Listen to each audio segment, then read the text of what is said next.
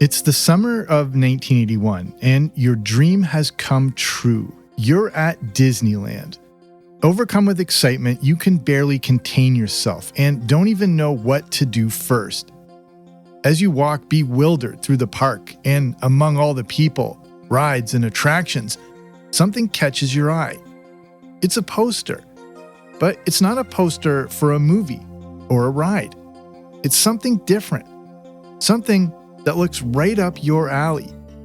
It's a poster for an attraction that you dare not miss. I'm Jamie Logie, and this is Everything 80s, a podcast that looks back on a decade that forever changed the way we dressed, consumed, and connected. And today, we travel back to that summer of 1981 and a look back on the short-lived, somewhat bizarre, but incredibly unique, real, intergalactic rock band created by Disney. It's the story of Star Wars meets rock and roll. This is a history of Halyx.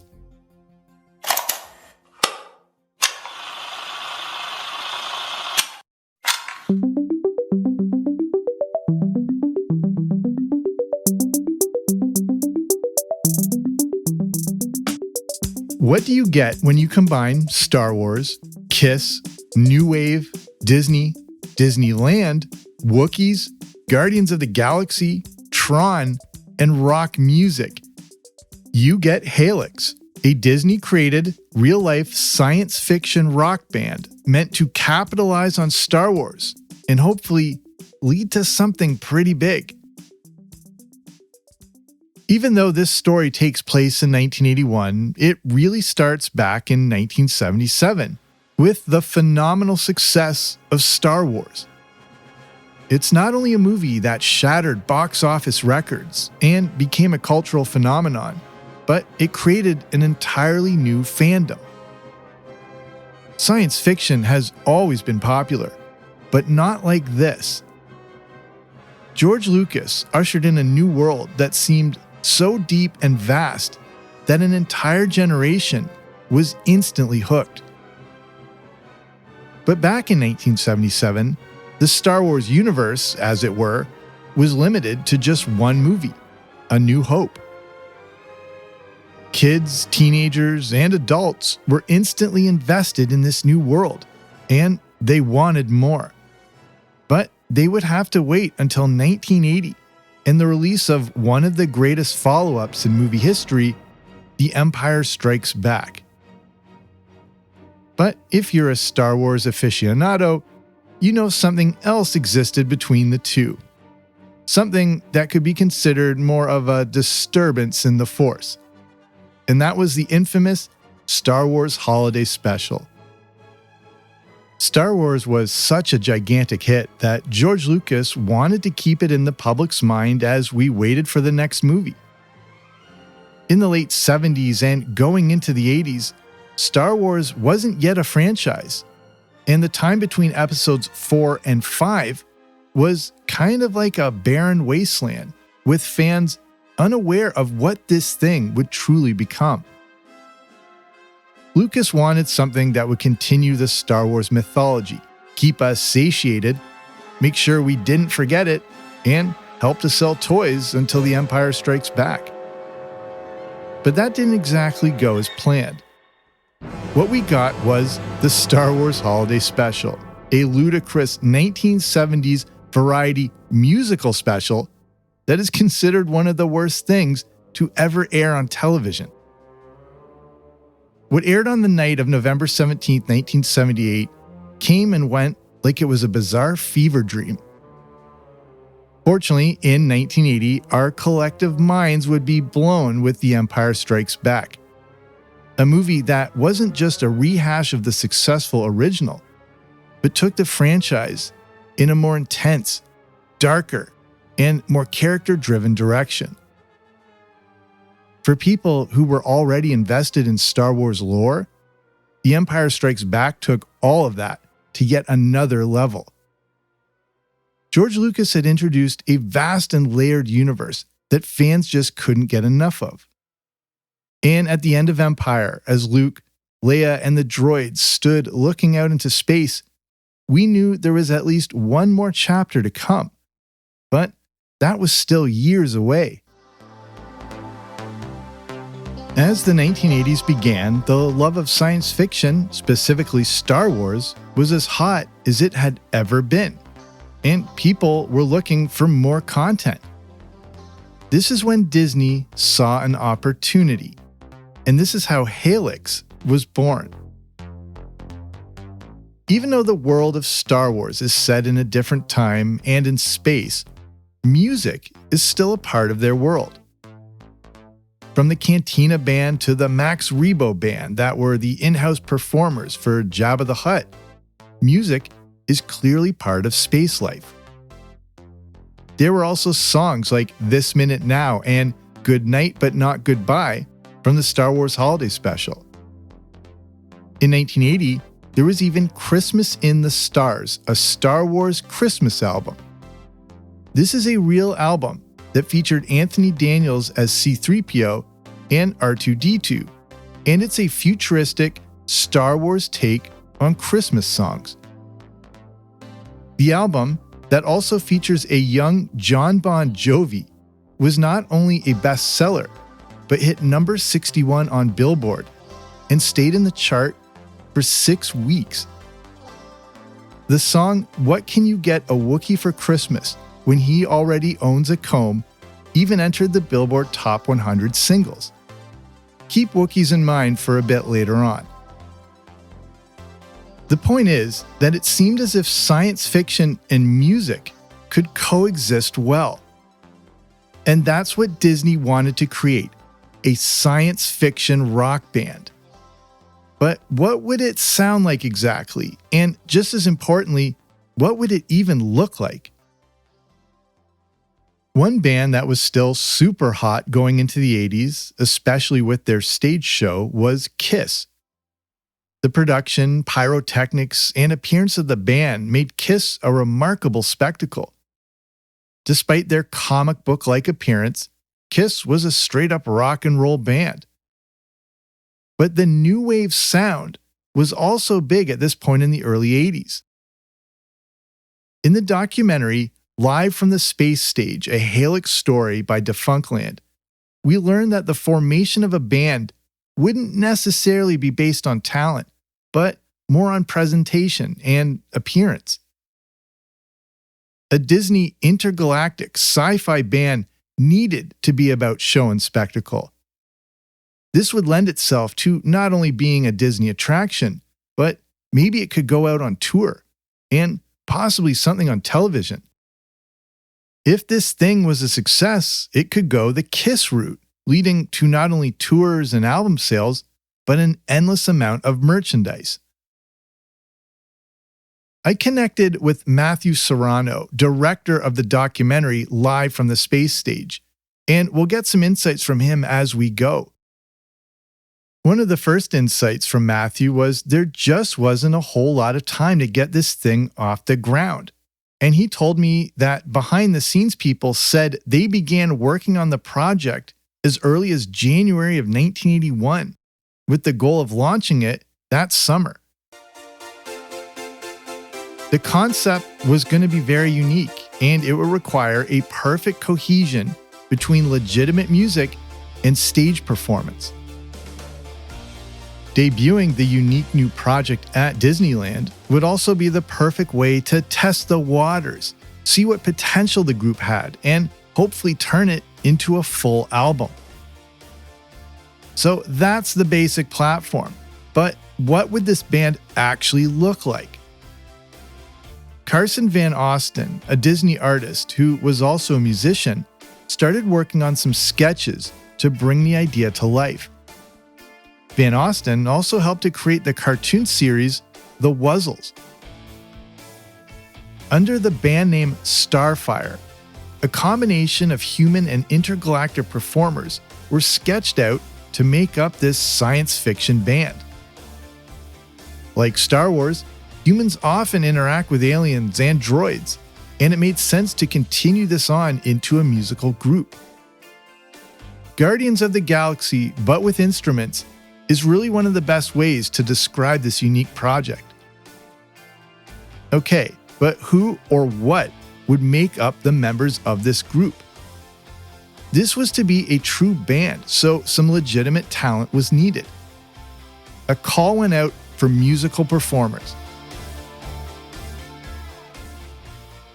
We begin with one of the very first people who came through the door, Laura Mumford. Mumford was in a band called Vixen and even performed in some USO tours.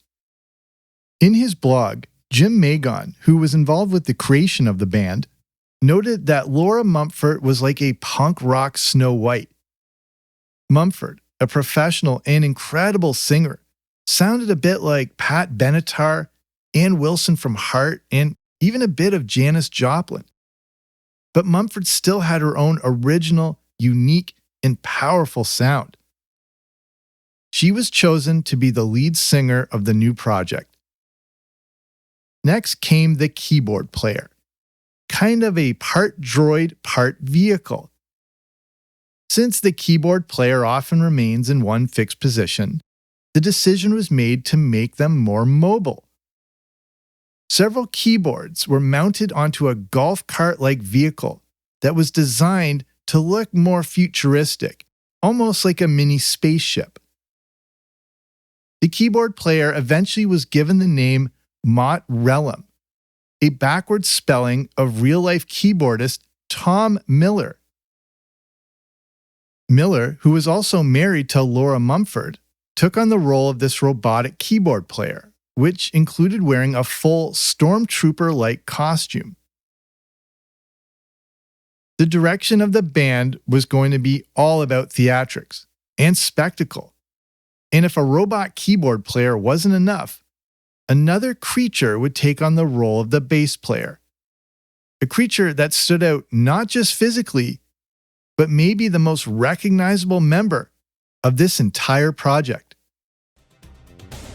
Everything 80s will return after these messages.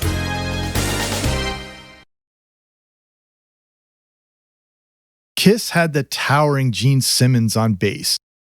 Disney's sci-fi band's bass player was also towering, but looked right out of Star Wars. Roger Freeland played what can only be described as a Wookiee. Freeland, an incredible bass player, wore a costume made of very expensive and very hot real white yak hair. Freeland, who was already tall, also wore giant platform shoes to further tower over the other members of the band while in this costume. And this costume transformed him into a creature that looks like part Chewbacca, part panda, and part abominable snowman. The giant Wookiee-like creature was eventually given a name, Baharnoth, and would be impossible to miss on stage. The alien creatures continued. Tony Coppola, a very talented dancer and acrobat, played an amphibian-like alien on percussion. This creature looks like a cross between a Jawa and Orko from He-Man and the Masters of the Universe. The amphibian percussionist may have also been a way to capitalize on the character of Yoda that audiences were now familiar with. The character had a fixed percussion setup, but also ran and flipped around the stage, playing cowbells or tambourines. One segment during the performance included Coppola climbing a rope to play the tambourine up above everyone. Set against a star-filled backdrop, it was like he was playing his instrument in space.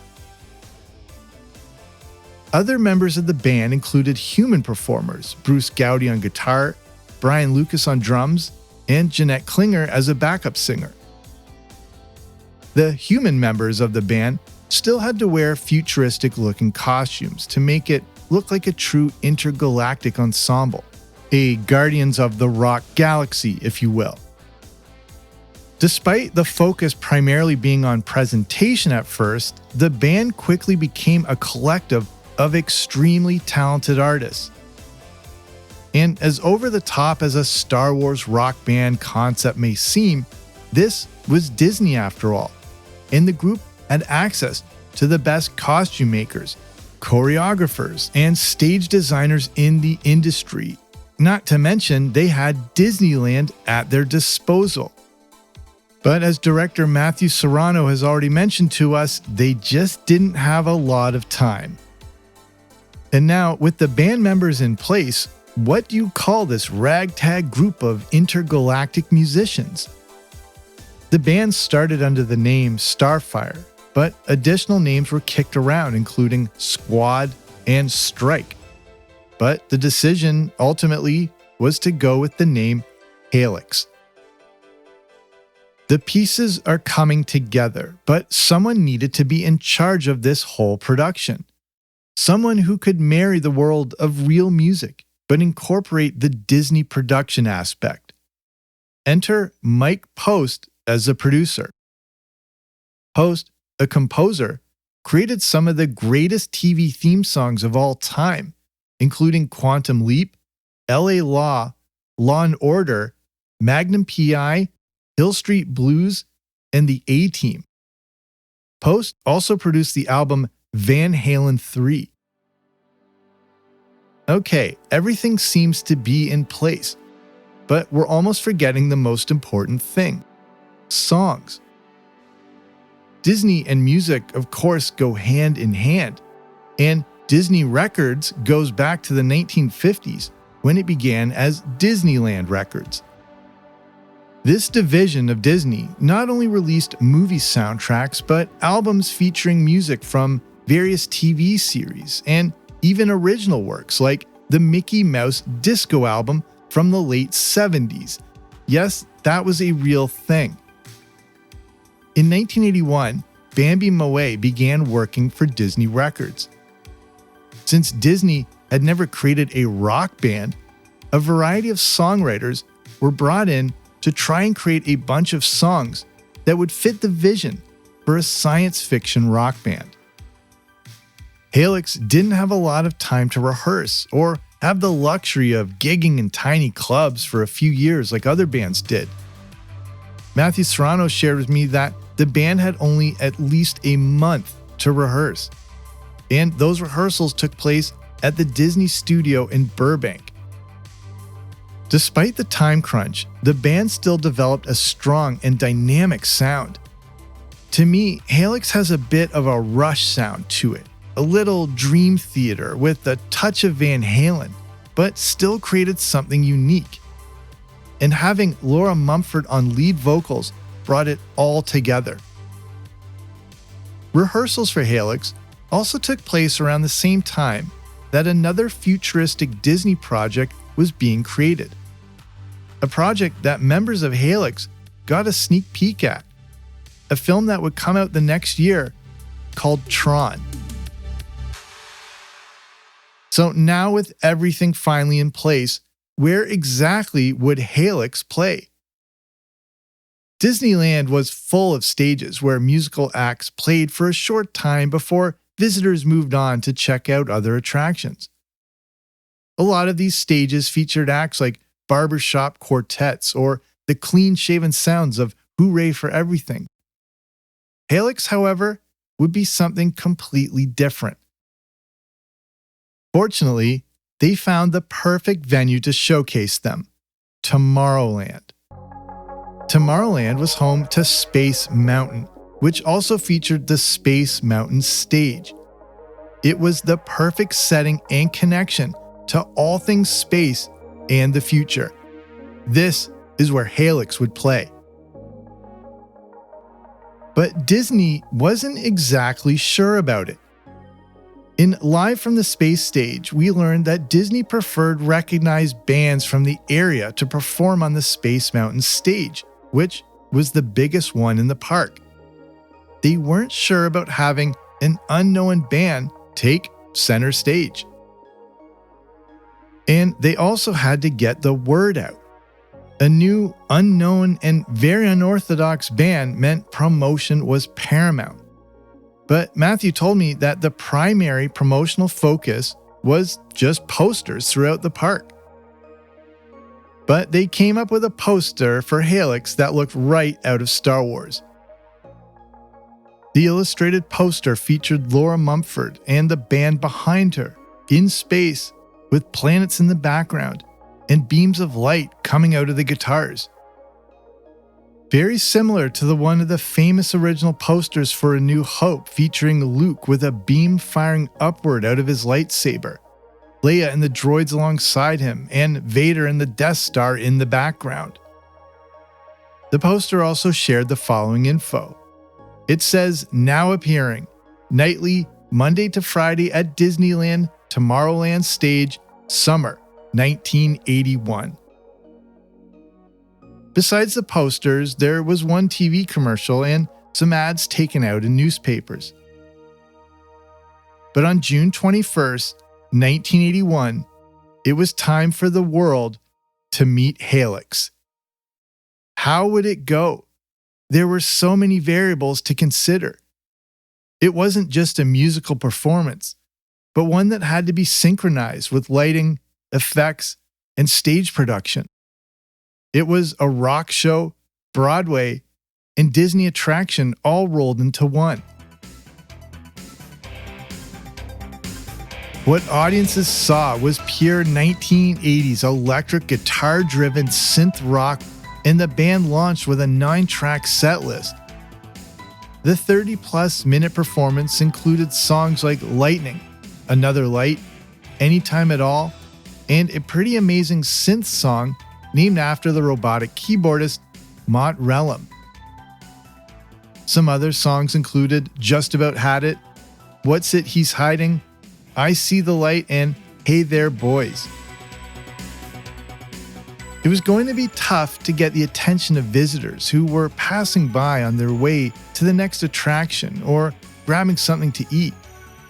But the band certainly caught the eye. I can only imagine being a young kid and seeing a giant Wookiee up on stage playing the bass guitar. There was also fog and lasers, and the entire thing was a genuine spectacle. The production this early on was a work in progress, and the odd cover song was thrown in. But crowds began showing up, especially a lot of kids who seemed to love what they were watching. And how could you not? This was like a Star Wars rock band after all. There were some hiccups in the production, but as they continued, things improved, and the band learned what resonated with audiences. This is a tough gig, as Halyx wasn't opening for another band in a theater already filled with people there for music, but had to capture the attention of visitors. The stage presentation was able to do that, but as a Disney attraction, they could only be so loud and so bold. They also couldn't use things like pyro to enhance the performance. But the presentation was still amazing, considering the fact you had a stormtrooper on a moving keyboard vehicle that lit up and a 7-foot white Wookiee rocking out on stage during a bass solo. Chewbacca may have been a great pilot, but he couldn't shred on the bass like the mighty Baharnath. Along with all that, the drums were also on a riser that lifted off the ground like a UFO with smoke and flashing lights. This was years ahead of any Tommy Lee or Travis Barker solos. And all of this supported Laura Mumford's incredible vocals. She was the true star of Halyx. And slowly but surely, the band began to get some regular fans. Fans who were soon singing along to the songs. There were fans who also started to make their own Halyx merch, including things like bumper stickers. If appearing on the Tomorrowland stage was a test market of sorts, it seemed to be working. Soon, record label executives began appearing at the shows. Disney Records was huge, but they were a label for children's music. A big rock and roll band needed a big label, and Warner Brothers Records was interested. But it turns out that the label, which had huge acts like Van Halen, Prince, and Devo, was more interested in Laura than in Halyx. While this was all happening, the first run of Halyx was coming to an end, culminating in a 5-night conclusion planned to finish up on September 11, 1981. With the stage show complete, Halyx was about to enter the studio. The band quickly laid down some tracks while deciding what the next move was as far as touring or getting on TV.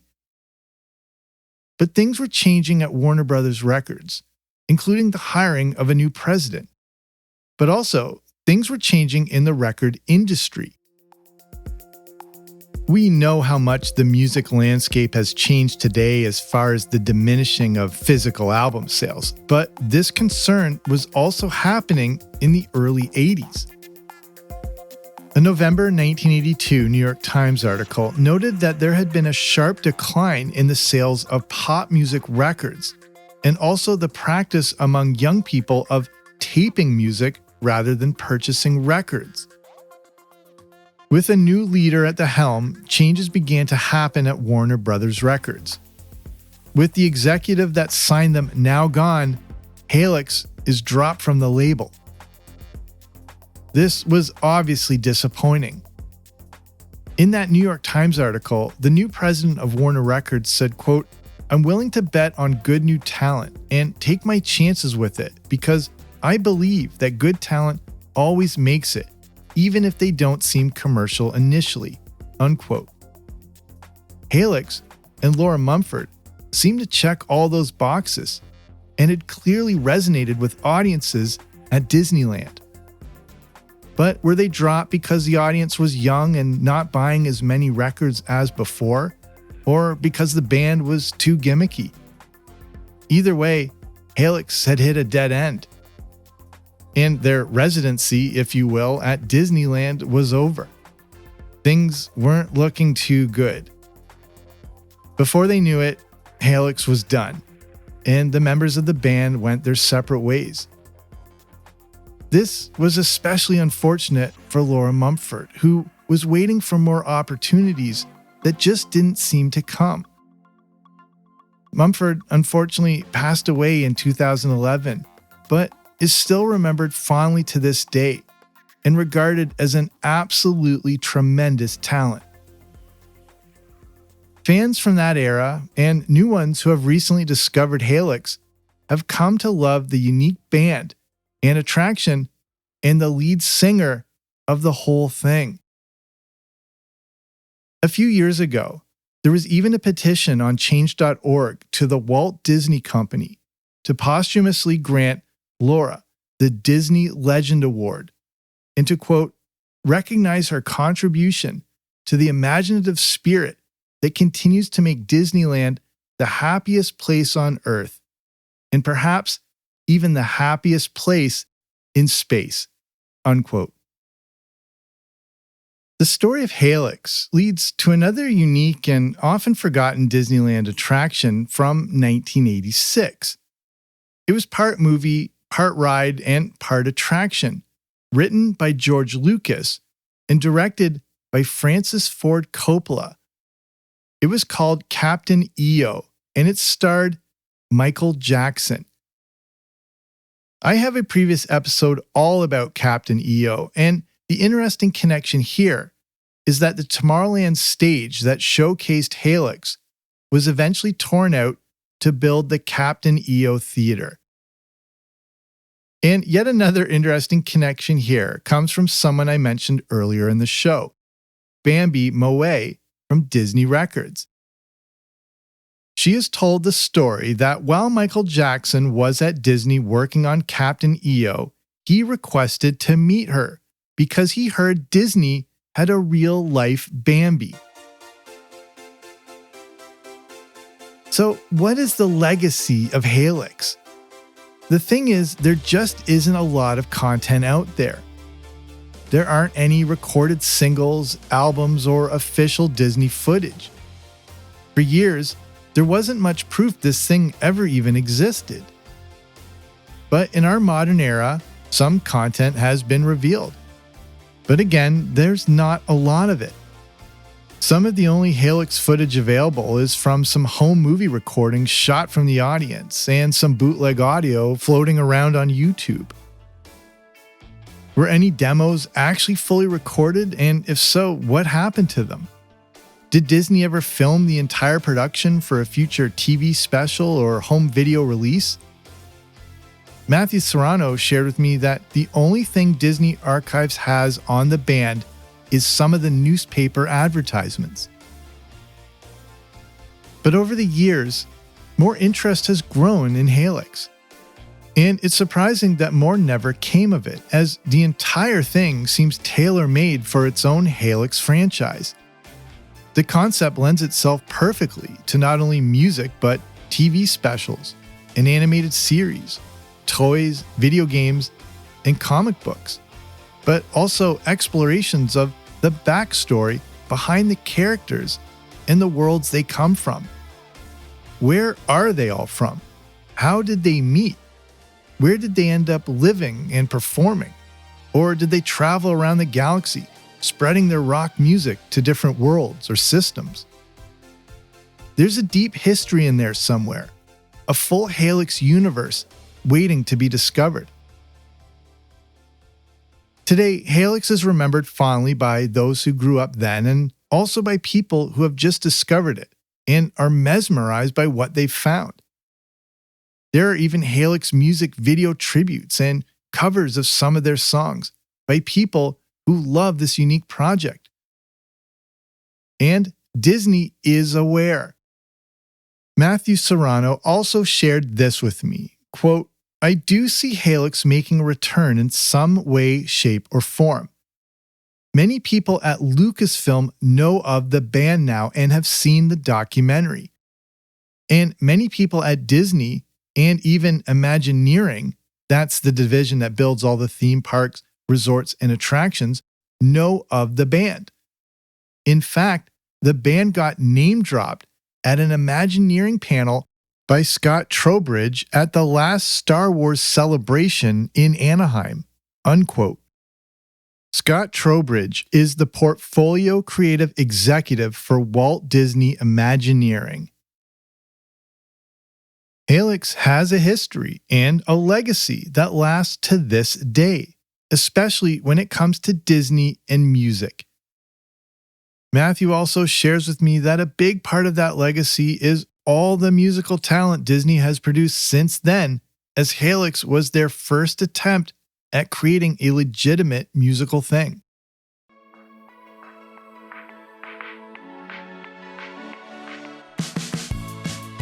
I'll say this about Halyx. I love it. I love the look, the sound, and the entire presentation. For the time period, it's a project that made absolute sense. It was the combination of several genres all rolled into one and executed exactly as it should have been. Everyone involved in Halyx was incredibly talented, and Halyx exists as this perfect snapshot of pop culture in the early 1980s. So that's our show. Thank you so much for listening. I mentioned some previous episodes already for further listening, but I have a ton of earlier episodes waiting for you to dive back into them. If you haven't already, be sure to subscribe to the Everything 80s podcast wherever you listen to your podcast so you don't miss out on new episodes. So thank you again so much for spending your time with me here today. And thank you for supporting me and this show. You are the giant Wookiee to my intergalactic rock band. So I'm Jamie. This has been Everything 80s, but I'll be back soon with a new episode. Don't you dare miss it.